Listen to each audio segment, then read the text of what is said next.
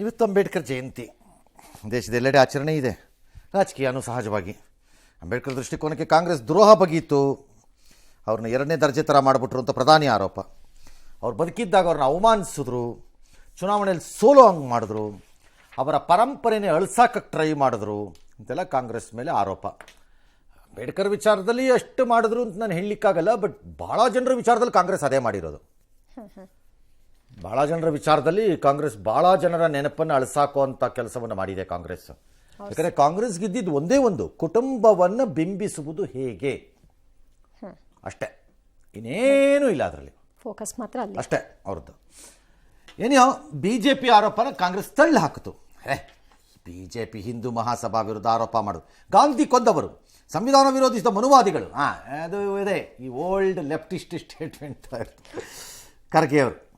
ಅವಕಾಶ ಈಗಲೂ ದಲಿತರಿಗೆ ಅವಕಾಶ ಇಲ್ಲ. ಎಲ್ಲಿರುತ್ತೆ ಅವಕಾಶ ಖರ್ಗೆ ಸಾಹೇಬ್ರೆ?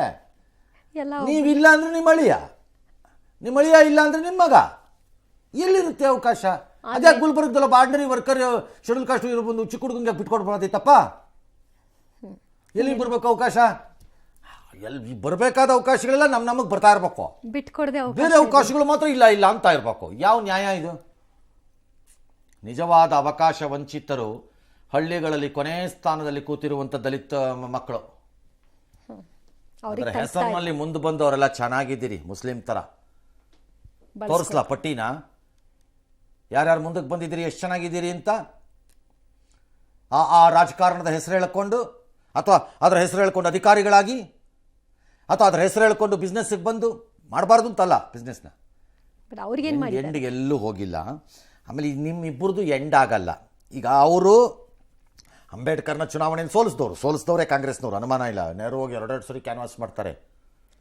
ಇಲ್ಲ, ಅಂಬೇಡ್ಕರ್ ಒಂದು ಪತ್ರ ಬರೆದಿದ್ದಾರೆ, ಸಾವರ್ಕರ್ ಡಾಂಗೆ ಇಬ್ರು ಸೋಲ್ಸಿದ್ದು ಅಂತ. ಅದೇ ಅದಕ್ಕೆ ಅದೊಂದು ಹುಡುಕು ಬಿಡುತ್ತಾರೆ ಇವರು.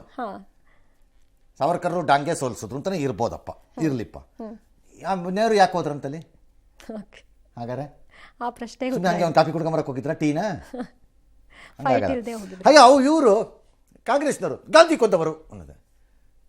ಸೊ ಮುಂದಕ್ಕೆ ಹೋಗಲ್ಲ ಇಬ್ರುವೆ, ಆ ಸ್ಟೇಟ್ಮೆಂಟ್ ಅಲ್ಲಲ್ಲೇ. ಎಸ್.